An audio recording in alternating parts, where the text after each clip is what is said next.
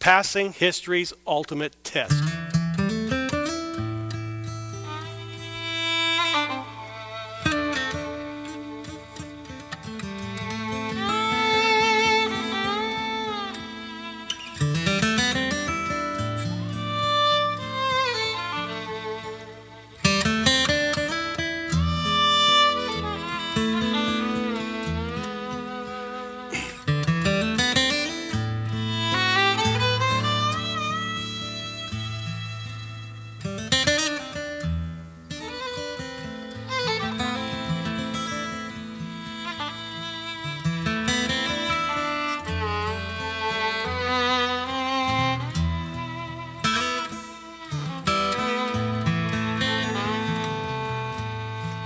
I'm just a poor,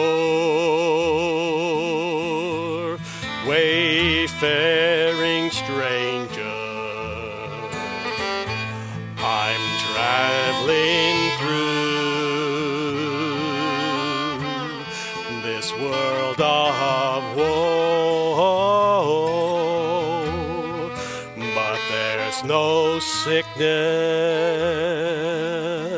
no toil or danger in that bright land to which I go. I'm going there to see my Savior.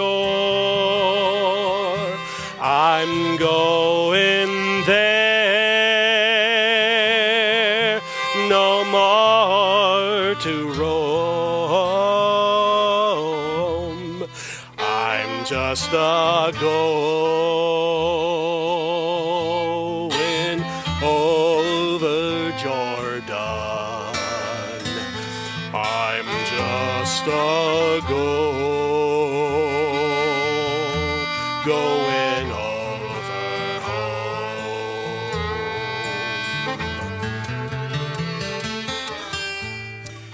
God revealed to Abraham that he'd be a wayfaring pilgrim, a sojourner, a stranger in a different land.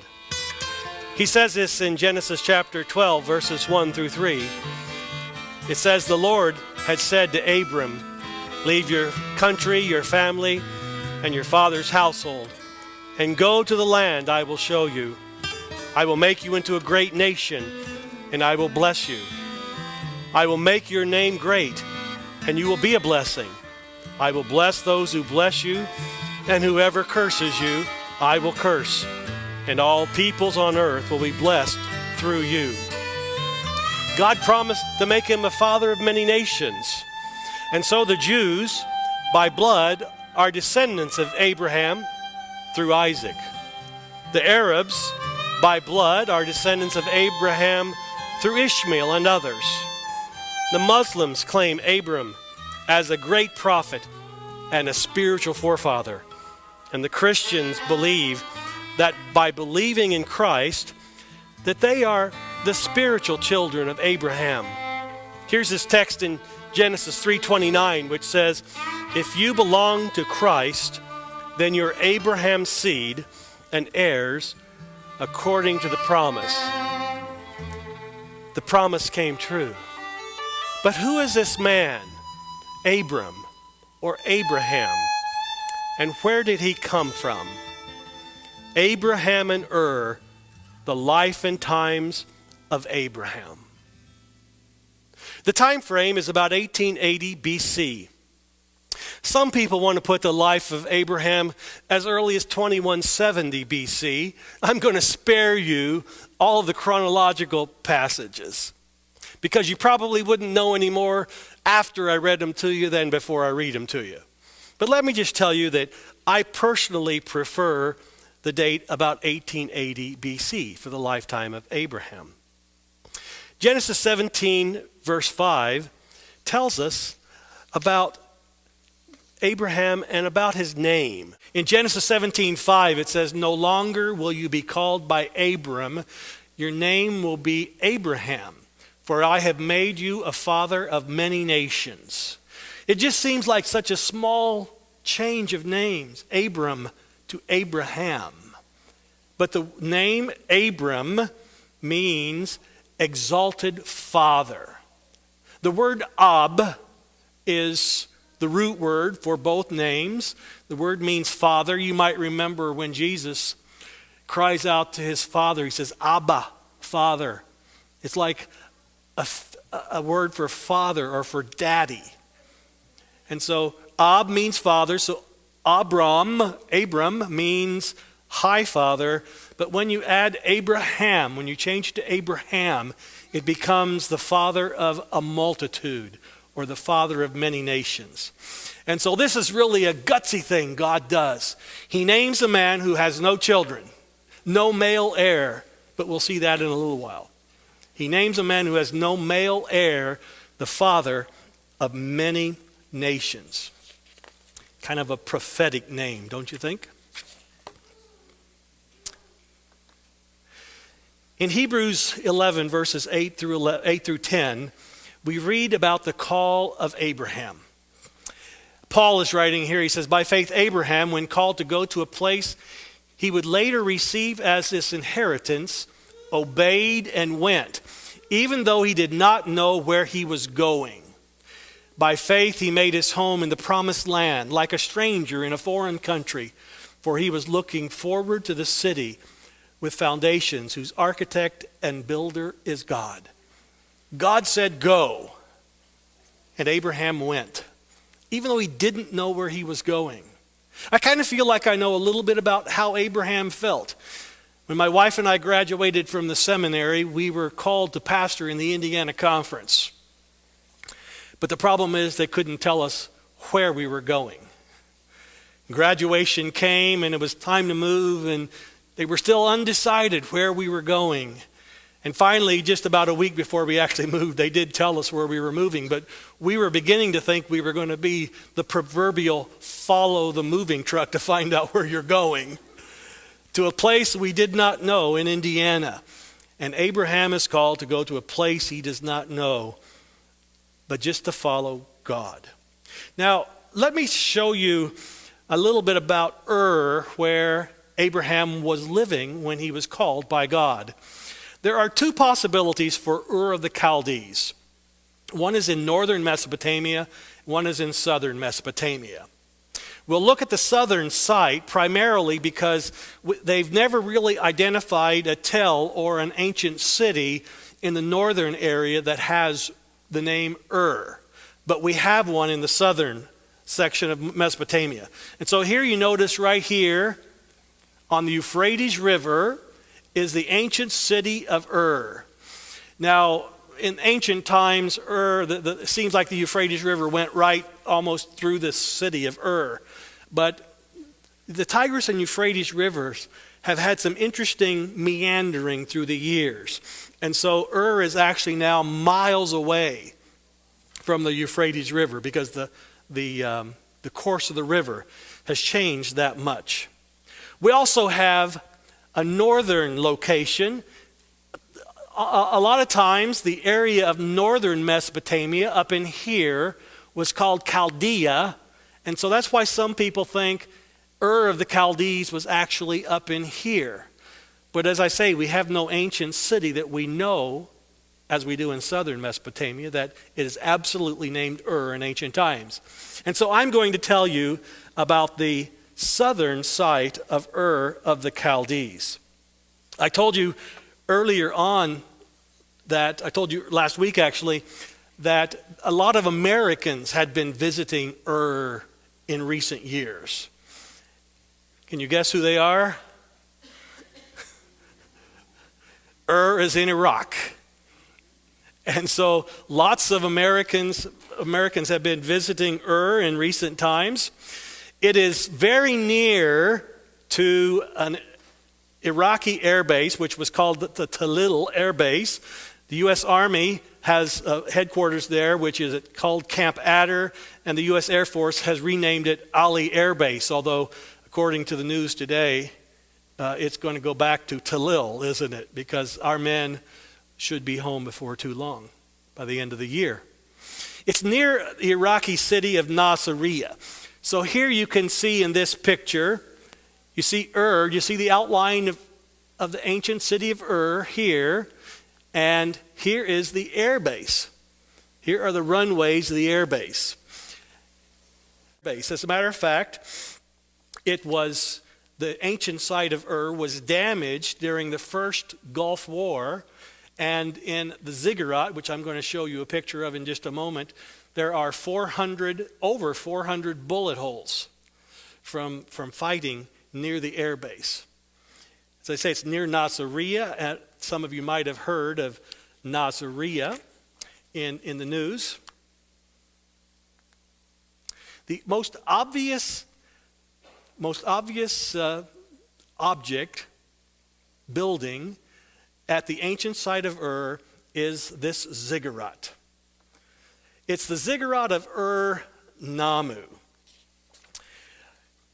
Ur-Nammu was a king around 2100 BC that ruled this area, and he built this ancient ziggurat to his moon god, whose name was Nana, or also another alternate name is Sin, a local deity, a moon god.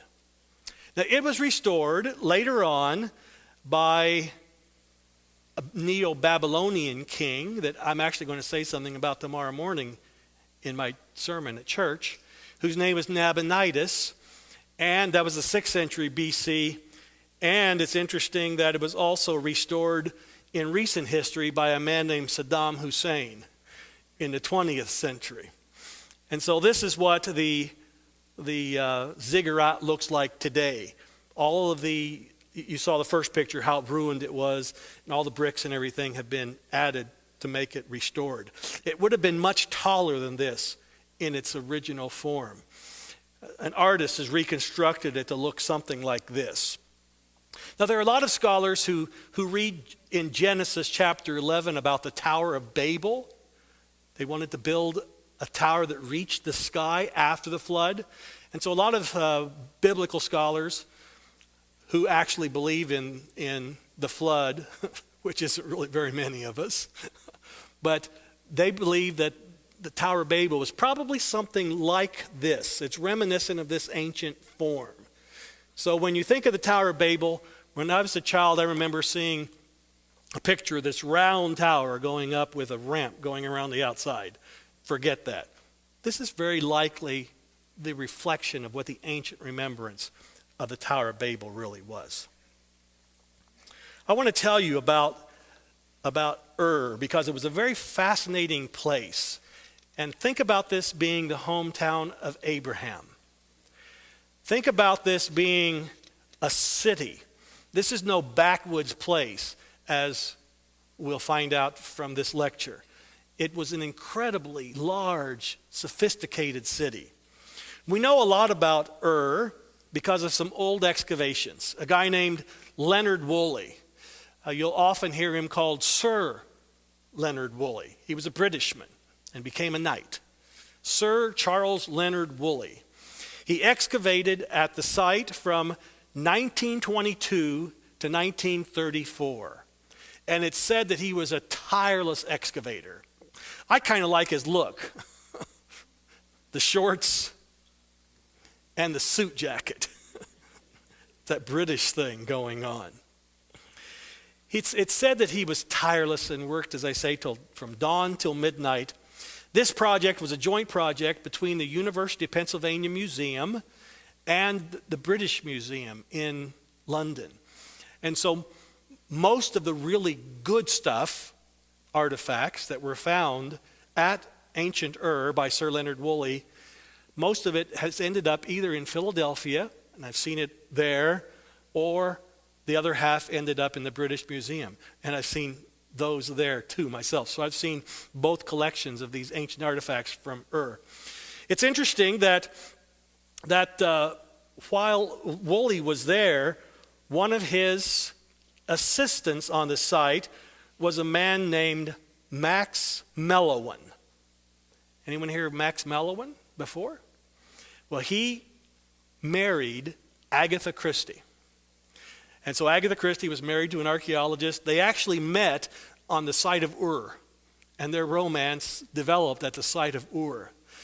And Agatha Christie, most of you know, a novel writer, a mystery writer, she actually said this about being married to Max Mallowan.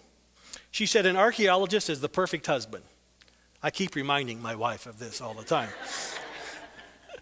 She says, an archaeologist is the perfect husband because the older you get, the more interested he is in you. So I like to keep that in mind. Wooley dug through very many layers at this ancient site. So there were many ancient cities buried one upon top of the other. And some of the excavation is really quite deep. And when it came to the cemetery and to the royal tombs, you see this huge excavation. I mean, this is very, very deep.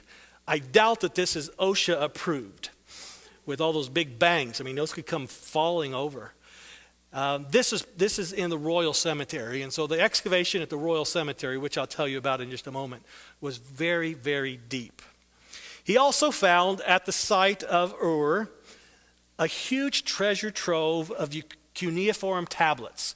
So we know a lot about the ancient history of Ur because of Leonard Wooley's excavations there. Now, some of you might wonder why I'm telling you about excavations that happened back in the 20s and 30s. Really, very little work has been done on Ur since the first excavations by Wooley. And I read on the internet that they're talking about restarting excavations. In 2009, they signed a letter of agreement to allow excavations to start again. So Wooley found this large treasure trove of cuneiform tablets, and he found so many that he didn't have time to really deal with them as archaeologists would today. So what he did was he got these large tins. You can see these are tins, large boxes that are made out of tin. He took the cuneiform tablets and stacked them in these tin boxes, and then they built a kiln. Because a lot of times, these tablets were not fired well. Actually, you might have seen in my collection out there, I have a couple very nice cuneiform tablets, and then I have one that turned to dust in the humidity of Ohio. And so to avoid that, Wooley built a kiln and took all of these cuneiform tablets and rebaked them so that they would be hard. It was really a very brilliant thing for him to have done. The texts fall in all kinds of categories. There are economic texts, which are anything from recording that so-and-so bought so-and-so, or so-and-so traded 3 sheep for this or that. And these texts are very, very detailed. Think about them as being clay receipts. So can you imagine clay receipt? You go to the store, you go back to the vendor and say, this didn't end up being as tasty a lamb as I thought it was going to be. Can I have my money back? Do you have your receipt? Can you imagine that? Not really. Some of the texts were actually student texts. And Wooley had discovered that there were actually school texts and actually texts that the students themselves used to practice writing cuneiform. Very fascinating find. And then they also found a number of medical tablets with prescriptions for diseases and for how to treat certain ailments. I thought about telling you about all the wonderful insights in those, but I didn't think any of you would really want to try them. It seemed like they used to like to use lion fat a lot. And I thought that might be hard to come by in Hagerstown. The buildings on the site were well preserved up to a certain level, and this is a house made out of sun-dried or kiln-dried bricks, and so they're really quite wonderfully preserved. This is how Wooley reconstructed one of the houses.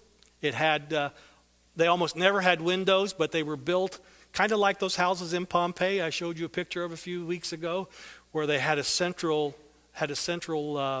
room that they entered off of. And so this is a reconstruction.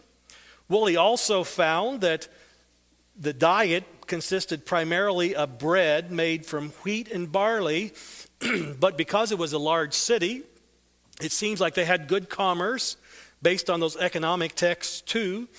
And so they found evidence of dates, lentils, peas, olives, cucumbers, garlic, turnips, lettuce, yogurt, cheese, fish, meat, fruit, wine, beer. You know, beer's been around that long, but it has. Honey and oil. So it seems like they had a very broad spectrum of things that they could eat. But probably that depended, just like it does today, on how rich the people were, how much they could actually buy this outside food. Probably the most important and fascinating find was at the cemetery. Woolley found he actually excavated over 2,000 graves of the common people. Now, the graves of the common people weren't really that spectacular. As a matter of fact, it was sometimes hard to tell that you were getting to a grave before you actually got to the skeleton, because the people seemed to be wrapped in a mat or a piece of cloth, which through the years had rotted away, and they were buried in a flexed position. I have not heard any discussion why they were buried in the flexed position, or sometimes called a fetal position. You know what I mean? Legs drawn up. I don't know why they were buried that way, whether there was any religious significance. I can tell you that living on the farm in my life, I've had my share of animals die, sheep and goats and dogs, and I can tell you that when they're in the fetal position, the hole has to be smaller. So perhaps it was as practical as that. There were few grave offerings, not many at all. Some pottery offerings, probably food put in a pottery left for the people. But the regular tombs of the common people were not exciting at all. They were very, very plain.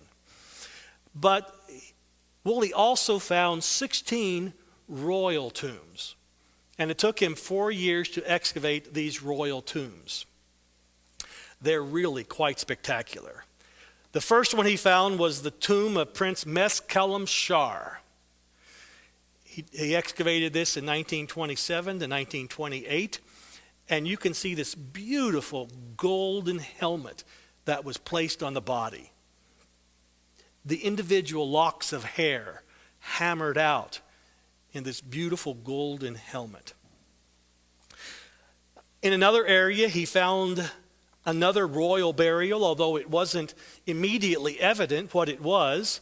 I don't know if you can make it out on the picture what this really is, but this is a skull that has been crushed flat. Can you see? Here are the teeth, and here are the eye sockets up here. And this person was wearing a beautiful headpiece or crown or something made out of gold. They found dozens of bodies lying on a trench going down into this grave. First, they found 5 bodies lying side by side. And then they found 10 more women, these were all women, who were arranged in 2 rows with these beautiful, beautiful headdresses and necklaces, precious things on them. And then they found, near these women, as he was excavating, he found a void in the dirt. And so he did, remember we talked about this the night of Pompeii, they would take plaster and pump it into the void. And when Woolley did this, he discovered that the void actually still held the shape of an ancient harp. Very, very fascinating. Here he is taking the harp out of the tomb. And because of the way they put the plaster in there, they actually were able to take the front here, where is it? Right here, is the head of a bull made out of bronze. And they actually were able to get that out with it too. You'll see a picture of this reconstructed in a little while. There it is right there actually. The reconstruction of the harp. As they were digging through, they also came upon these 3 heads of lions. And they wondered what it was. They continued digging and found that it was actually on the front of a sledge. Think of it as an ancient wagon without wheels. And in front of the sledge, they found more bones that were not human. And it ended up being the donkey bones, who had pulled the sledge into the grave and had died there. You start seeing a pattern here? Women dead at the top of the grave, going down, more women going further down the sledge with the donkeys' bodies still there. They continued down and they finally found that indeed they had found a royal tomb containing the remains of a male ruler of uncertain identity. We don't know his name. Right next to him, there was another grave. It's uncertain. Wooley was uncertain whether they actually intended to connect the graves or whether when they were doing the second grave, they ran into the first grave. He's uncertain which actually happened. But this was the grave of a woman whose name we know. There was a little cylinder seal, tiny little cylinder seal in the tomb, and it has her name on it, Puabi. And they believe it was probably the wife of the original person who was buried there. Her burial was 30 feet deep. It was, in her grave was just incredible, beautiful jewelry. Here's a headpiece or a hat or a crown, however you want to look at it. Just beautiful. Very intricate little, across a headband, little bulls and goats, all made out of gold. Here's more jewelry. Big, huge earrings. Can you imagine ladies wearing that? It must have been something like this. That would be attractive. You'd get people looking at you walking down the street like that, wouldn't you? Just incredibly beautiful stuff. And one of the volunteers at the University of Pennsylvania Museum many years ago volunteered to model the jewelry of Puabi.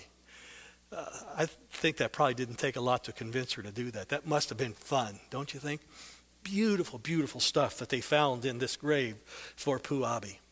And then also in this royal burial, they found this thing that's called the Standard of Ur. Frankly, we don't know what it was used for. It's called the Standard of Ur because Wooley found near this a man buried who had a long stick in his hand.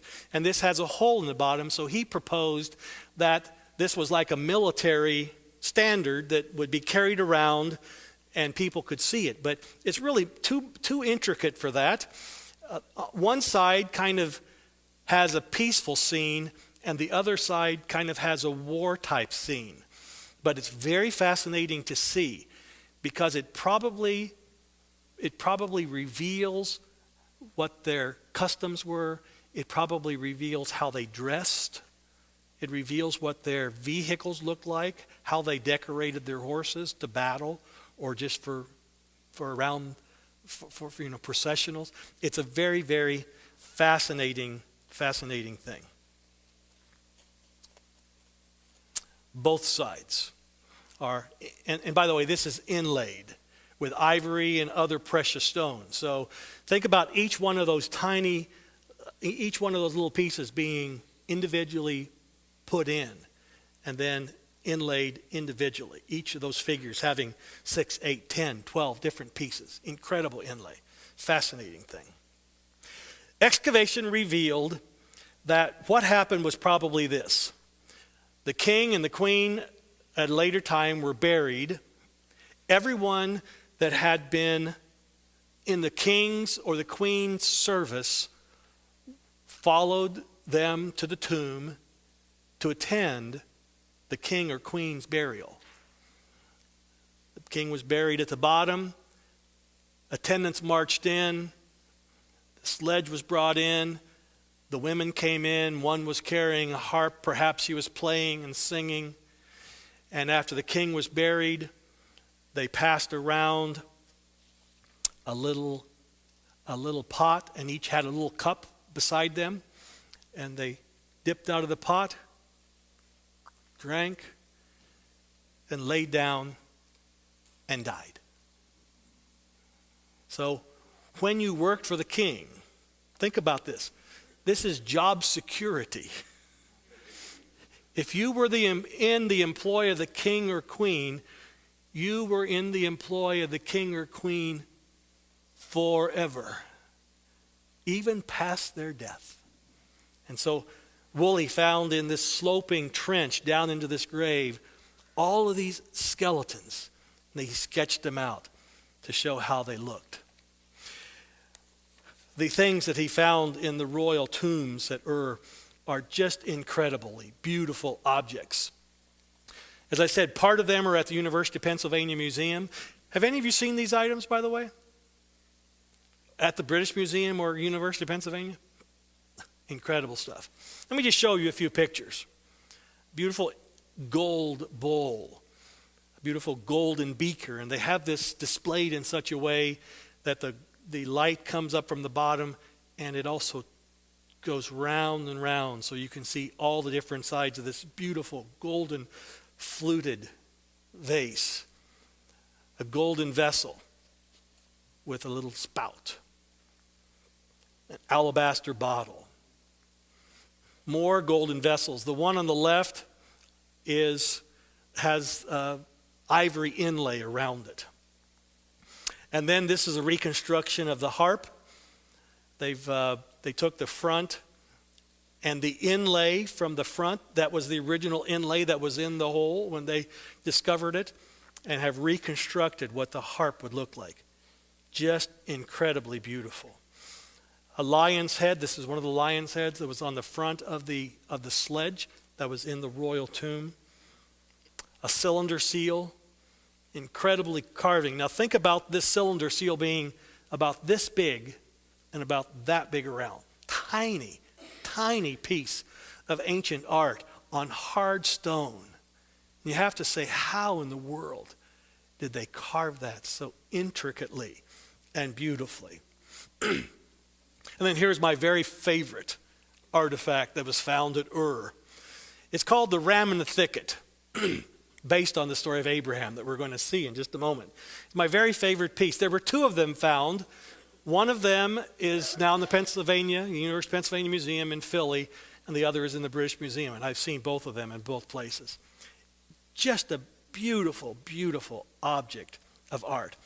It's about this big, and they think that perhaps these were the legs for a table.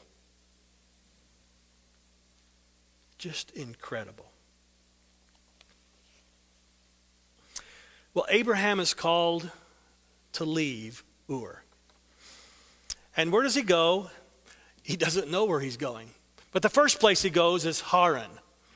Now Haran, Ur is down here at the very tip. Haran is up here. And the ultimate plan is to go over here to Jerusalem area. So why does, if he's going to Jerusalem, why doesn't he just go across? Because this is the Arabian desert. And almost no one can go from here to here. The only way you could get to Israel easily was to follow the Euphrates River Valley up and then come down like this.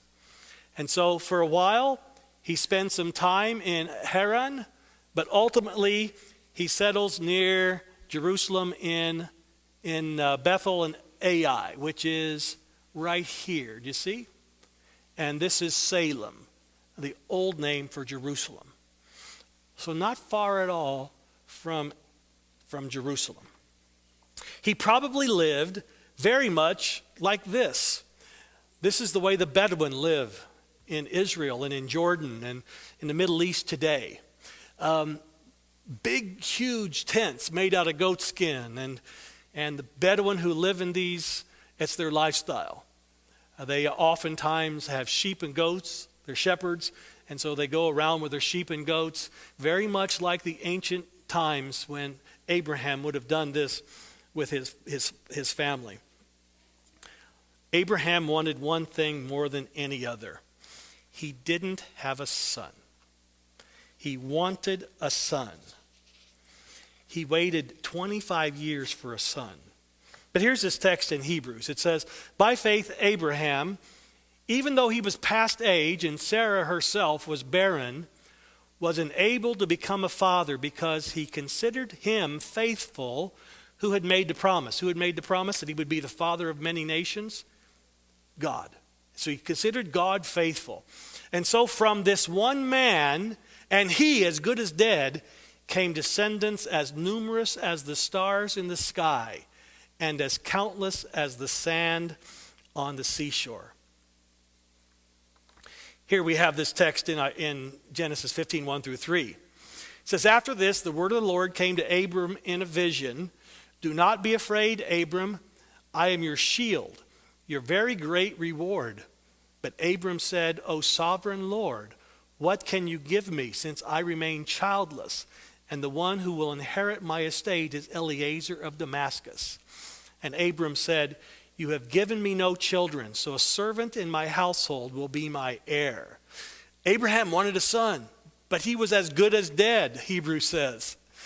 And God had not yet given him a son, but he was still hoping. But here's a text where Abraham kind of complains to God. Eliezer of Damascus, my servant, will be my heir. Now, I reminded you this. I told you about this, rather, in one of the first lectures. If you weren't here, this will be new to you. If you were here, it'll be a reminder. This was a custom of the time in which Abraham lived. There's an ancient cuneiform tablets, a group of them, that were found at a place called Nuzi.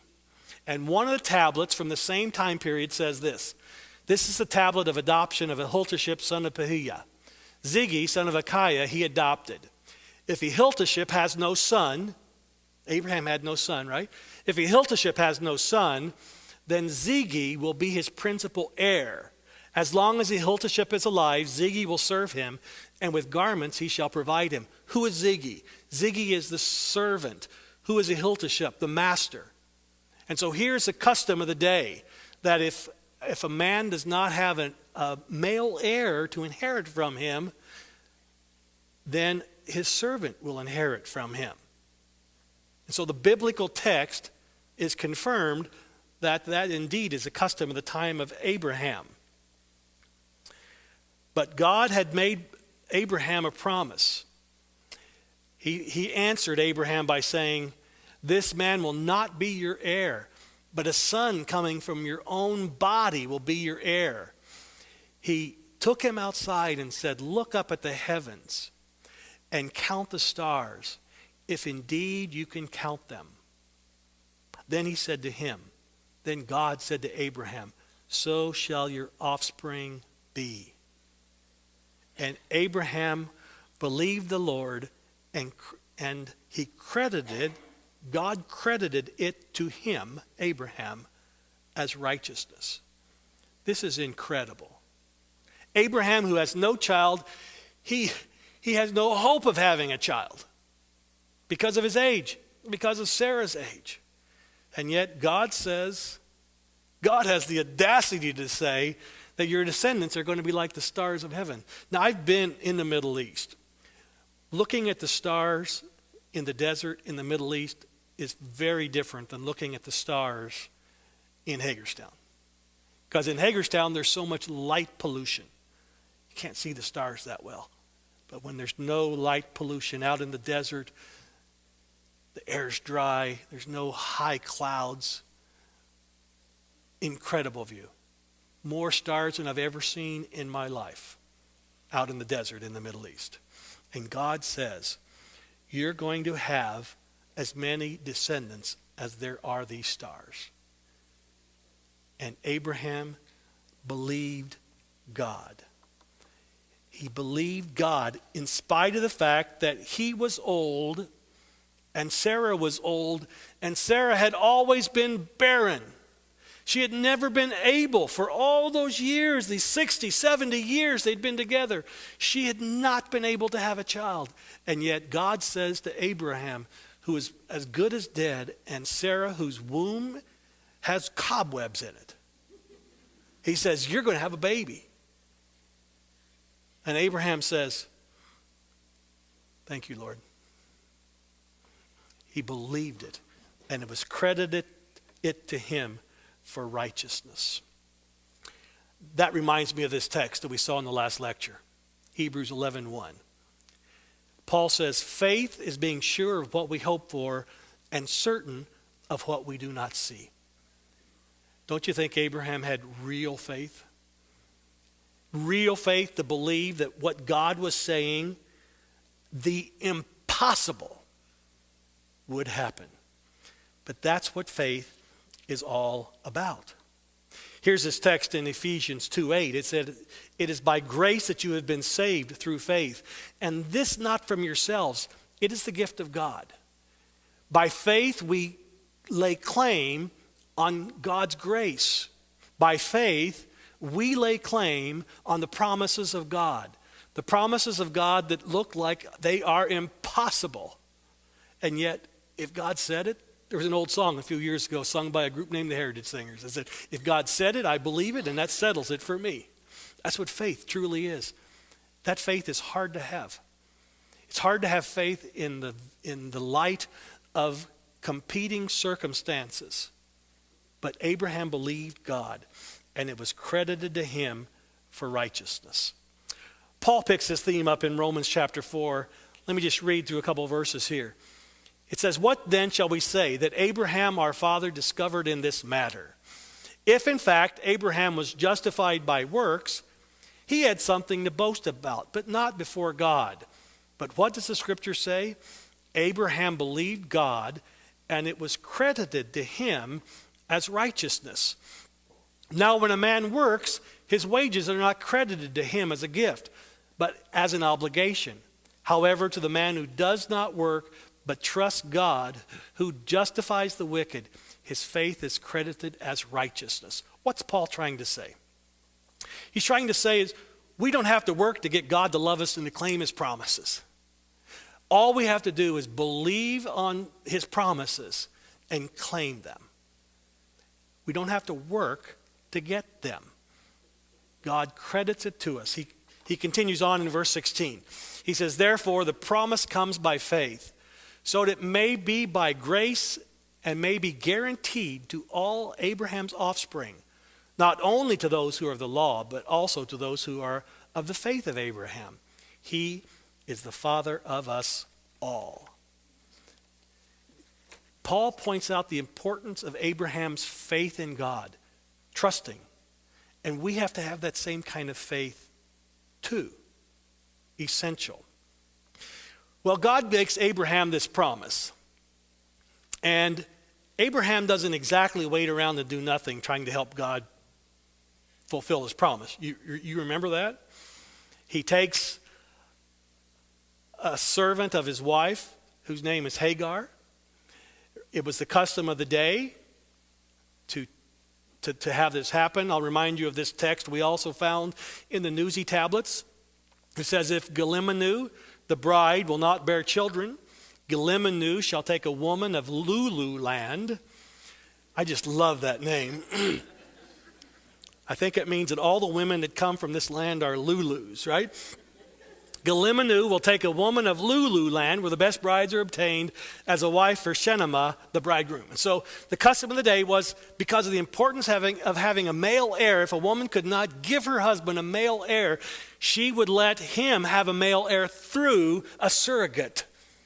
Surrogate motherhood is 4,000 years old, and they still do it today. And so Abraham tries to help God out just a little bit, but it doesn't work, does it? It doesn't work. Meanwhile, 25 years goes by. God promises Abraham, you're going to have a baby. Abraham was 75 back then.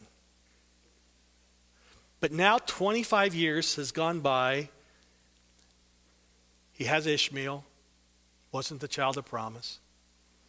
And finally, 25 years later, the Lord visits Abraham again and says, Sarah's going to have a child before the year is out. Sarah's listening from the tent. She goes, ha! Should one laugh at God? You know, if any of you women in my congregation came in to church tomorrow and told me, if any of you women over 70, I should have said that. Let's qualify it. If any of you women over 70, over 60, came into church tomorrow and told me you're pregnant, I'd probably go, ha! And everybody else would go, But Sarah is 90. They also had the change of life back in ancient times, remember. No wonder she laughed. Abraham is 100 years old. Sarah is 90. And God says, that baby I've been promising, before the year is out, you're going to hold him in your arms. And it happened. Sarah's laughter in the tent was turned to Sarah's laughter in her arms, because Isaac's name means laughter. And before the year was out, they had the baby. Why did he wait? Why did God wait so long? I've wondered about that. But I think it was so it could be fulfilled what it said in Hebrews 11. That he fulfilled his promise from a man who was as good as dead. You know, this had to be a God-sized solution for a God-sized problem. And this was just so impossible for it to happen. It had to be a God thing. You know, if it had happened 25 years before when Abraham was still 75 and she was 65, 75-year-old men still father children. And so there could have been some jokes around the campfire from Abraham and his buds, you know, and talking about his virility and Sarah's fertility. But by the time he gets to be 100 and she's 90, there aren't any kind of jokes like that around the campfire anymore. God had to wait until it was absolutely impossible. Absolutely impossible. And then God delivers, or maybe I should say, Sarah delivered. Hebrews chapter 11, verses 17 through 19. It says, by faith Abraham, when God tested him, offered Isaac as a sacrifice. He who had received the promises was about to sacrifice his one and only son, even though God had said to him, it is through Isaac that your offspring will be reckoned. Abraham reasoned that God could raise the dead, and figuratively speaking, he did receive Isaac back from the dead. God asks Abraham to do something unbelievable. And Abraham obeyed. Here's this interesting contrast you have between our faith, but also our works. Paul talks about in Romans, it was all Abraham's faith. Then comes James chapter 2, 20 through 22. James says, you foolish man, do you want evidence that faith without deeds is useless? Was not our ancestor Abraham, now it's going to sound like it's in direct conflict with what we just read, but bear with us. Was not our ancestor Abraham considered righteous for what he did when he offered his son Isaac on the altar? You will see that his faith and his actions were working together, and his faith was made complete by what he did. Abraham believed God, But when God told him to do something, he did it. Faith and works. James 2:14, he says this, "What good is it, my brothers, if a man claims to have faith but has no deeds? Can such faith save him?" He says, no. James 2:17 and 18, he says, "In the same way, faith by itself is, if it is not accompanied by action, is dead. But someone will say, I have faith, I have deeds. Show me your faith without deeds, and I will show you my faith by what I do." What's it trying to say? It's simply trying to say that if we claim to have faith in God, we claim to love Jesus, shouldn't that affect how we act? Shouldn't that change how we live our lives? Faith plus action. We're not saved on the basis of our actions, but because we love God, we have faith in him, then we follow whatever he asks us to do. Does that make sense? We used to have a professor at Andrews University. His name was Hans Laurendell. Some of you might have heard of Hans Laurendell. Hans Laurendell would talk about this over and over again, and Dr. Laurendell would say, faith is the root, and deeds or works is the fruit. So the root is faith, the fruit is our deeds. He would say this so much that a few of my buddies and I started calling him Root and Fruit Laurendell. Never to his face. Faith plus works. And if we are Christians, if we love God, if by faith we have laid claim on the grace of God, then it's reasonable to expect that we'll be doing whatever he asks us to do.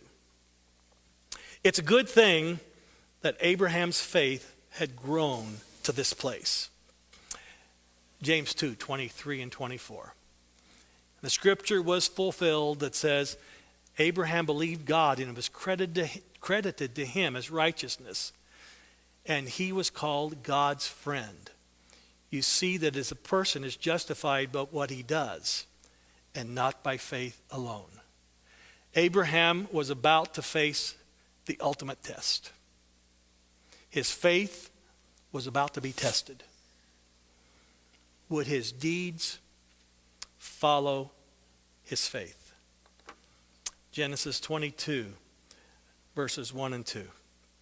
Sometime later, God tested Abraham. He said to him, Abraham. Here I am, he replied. I think this is really cool because Abraham and God had talked to each other enough that Abraham recognized God's voice. Here I am, he replied. Then God said, take your son, your only son Isaac, whom you love, and go to the region of Moriah. Sacrifice him there as a burnt offering on one of the mountains that I will tell you about. Offer your son Isaac. At this point in time, Abraham is about 120 years old. Abraham was an old man even at the time when people seemed to live to be a little bit older. The deceiver was close at hand to suggest that what he had heard must be wrong. Had not God said, thou shalt not kill? Wasn't this against God's plan? And so how could God ask Abraham to do something that he had already forbidden him to do? He went out and looked up at the stars shining brilliantly. 50 years before, he had looked up and seen the same stars, and he had heard God promise him that he would be the father of many nations. How could that happen now if he killed the son of promise? In doubt and anguish, he knelt to pray. What if it was a delusion? What if God was wrong? He went to the place where he had met the angels before, hoping that he might find help there. Darkness shut him in, but the command was still ringing in his ears. Take your son, your only son, and it must be obeyed. Abraham dare not delay, because if he delayed, he might chicken out. And besides, if he delayed and his wife saw him leaving with Isaac, she would ask why. And she could not be allowed to see this scene. And so Abraham took Isaac, took the donkey, took 2 servants, and they began their journey, journeying side by side in silence. Abraham pondering his heavy secret. Probably he and Isaac had traveled before. Probably they had talked, and Abraham had pointed to various things that had been important in his life. But it was silent now. He thought of the proud, fond mother and the day he would return to tell the news. And he knew that the knife that pierced Isaac's heart would probably also kill her. But Abraham did not murmur. He thought about the fact that Isaac was a miracle anyway. Wasn't he? And so, shouldn't he obey God?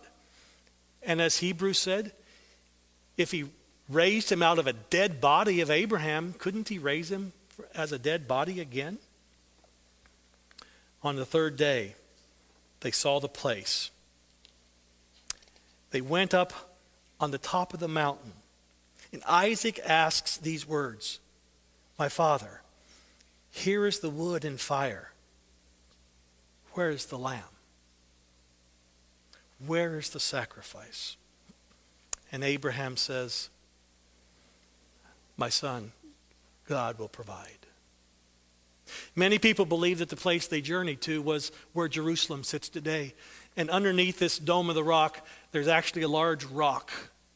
And many people believe it was actually at that place that Abraham took his son Isaac and built an altar there in the presence of the Lord. When the altar is built, the wood is in place, Abraham tells Isaac that he is to be the sacrifice. Isaac hears with terror and amazement, but doesn't run away. Think about this. Abraham is 120 years old. Isaac's 20. If he had wanted to get away, he could have. I've often thought that Hebrews 11, that is kind of God's hero list. Hebrews 11 should have a phrase that says, by faith, Isaac, when he was about to be delivered, about to be sacrificed, didn't run away. It took faith not only on Abraham's part, but on Isaac. Isaac seeks to lighten his father's grief. Now the last words of love are spoken. The last tears are shed. The last embrace given. And the father raises his hands. His hand in which he has the knife. He holds it over his head. I suspect with both hands, even though this picture only shows one, I suspect with both. And the knife flashes down into Isaac's chest. But only in Abraham's mind. He had made the decision. But just as he started to lower his hands, a hand held his up and stopped him. Nearby, they heard in the thicket, "Bah!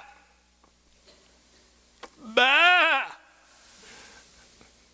And God had provided the sacrifice. And so they got the sheep and sacrificed it. Abraham had passed the ultimate test. His faith had been made perfect by his obedience. His faith had been fulfilled by his deeds. He passed the ultimate test. His journey had been long, a journey of faith, a journey of disobedience several times, but finally, at the very end, he passed the test. Can you just imagine father and son racing home to tell his mother about what God had done to protect Isaac and that Abraham had passed the test? Every single one of us must make a similar journey in our own lives of faith and obedience. It's not enough just to say, I love Jesus. What are you doing in your life to prove that? To show that? To show that you love him, and as Abraham did, you will do anything that God asks you to do. Every single one of us has to take that journey. Now, we may not always know where God is leading, but we must always be following wherever he leads. Abraham had not a ghost of an idea where God was leading him, but he followed him. Because I'm convinced that God provides for us today, just like he did for Abraham and Isaac. Dear Father, I thank you so very much for this powerful story of someone who loved you and obeyed you, a hero of the Bible. And I pray, Lord, that you would help us to understand this story in a personal way. We love you, Jesus. We want to do anything that you ask us to do because we do love you. In Jesus' name I pray. Amen.